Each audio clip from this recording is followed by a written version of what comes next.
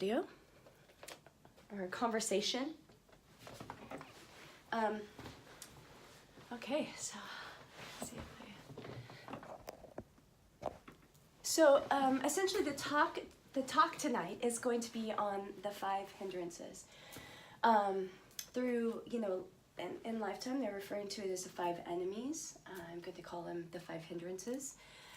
But I can see how they want to give them a personification, like enemies, so you can see them, you think of them as a person that's actually showing up in your life, and oftentimes they are people that show up in your life. And so my goal throughout this talk is to hopefully have you walk away with the same understanding that I've gained through the studying of these things, a better understanding of what these 5 hindrances are, how they impact your yoga practice, your meditation practice, and your life, and how you can, I want to say battle them.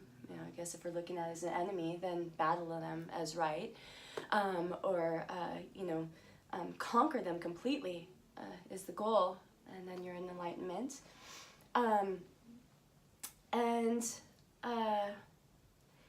So hopefully by the end of this talk, you'll have a better understanding of that and how to overcome these 5 hindrances. And the 5 hindrances, you guys, how many of you practice yoga? Meditation? Yes. Yeah?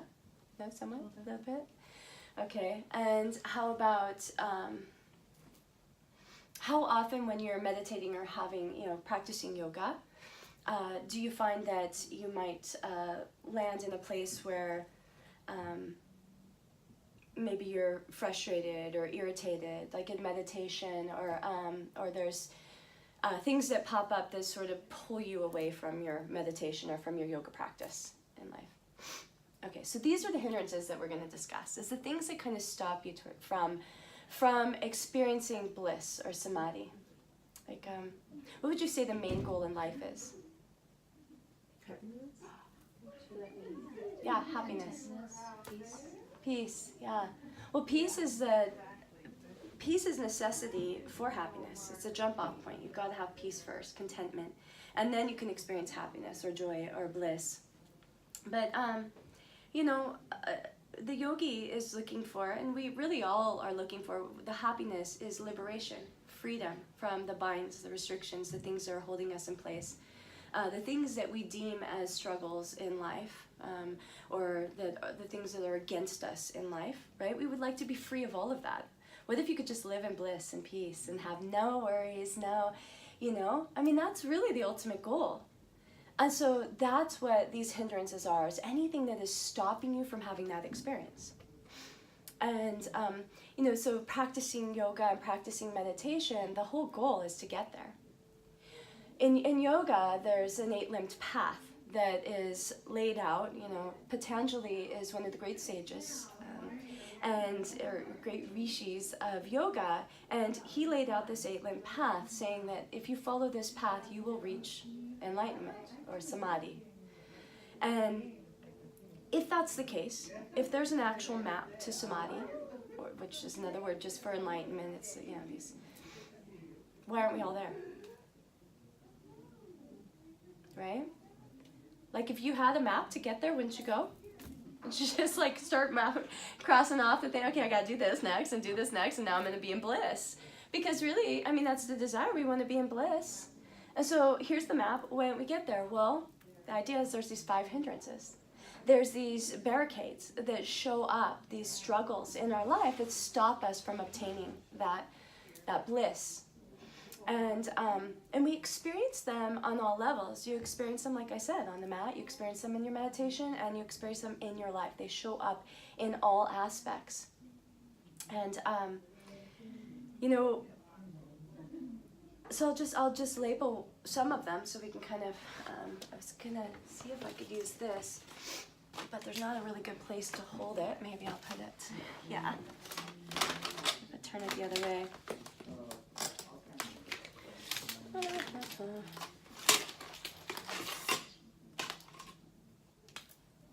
Has anybody heard of the hindrances before, or the 5 enemies? So this is the first time for everybody. Okay, awesome. Okay, so first one, I guarantee as we go through this, you're like, yeah, totally, I got you. Okay, so first one, sensory desire. The second one, ill will, and I apologize for verbal writing. I want to explain too that there's lots of different levels of these things. They can show up in a subtle way, and they can show up in a really big, profound way. And with these two, it's really easy to kind of show that.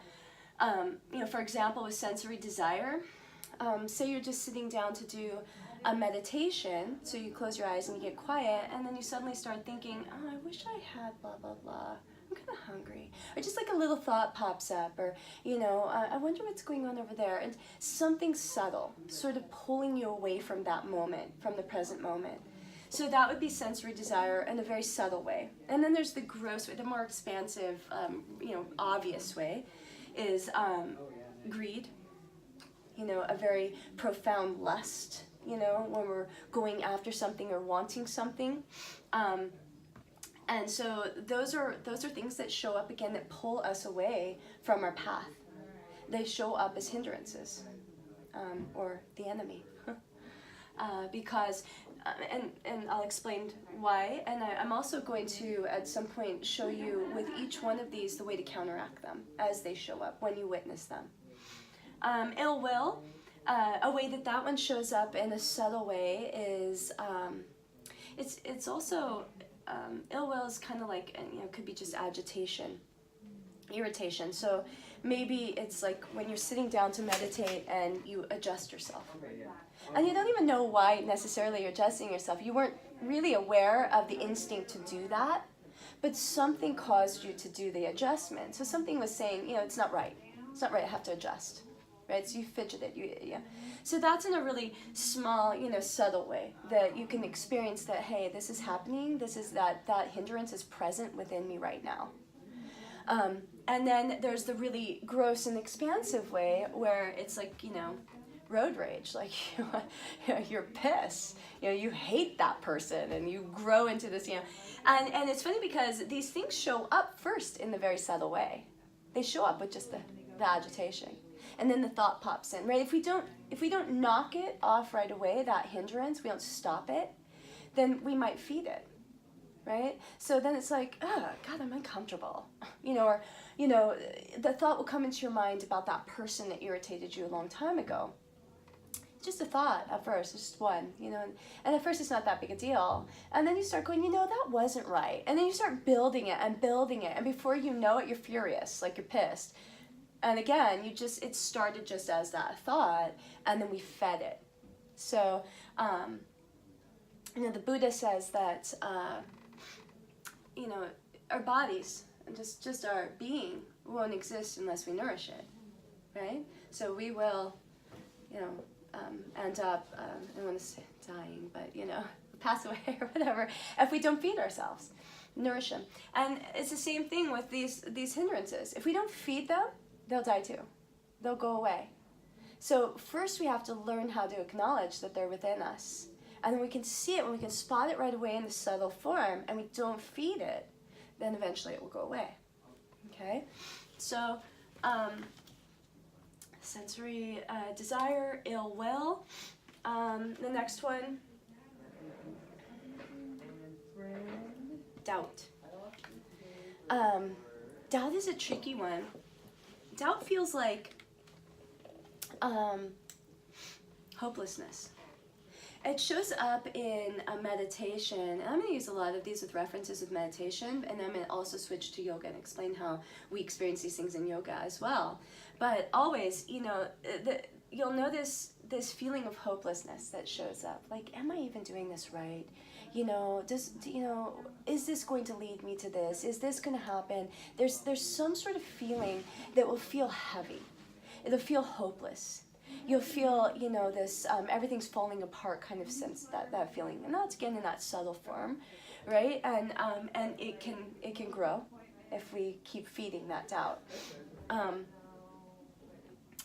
then the next one would be, trying to think of the word. Sensory desire, ill will, doubt. Oh my goodness. And of course I'm forgetting what they are. Let's pause the video for a moment.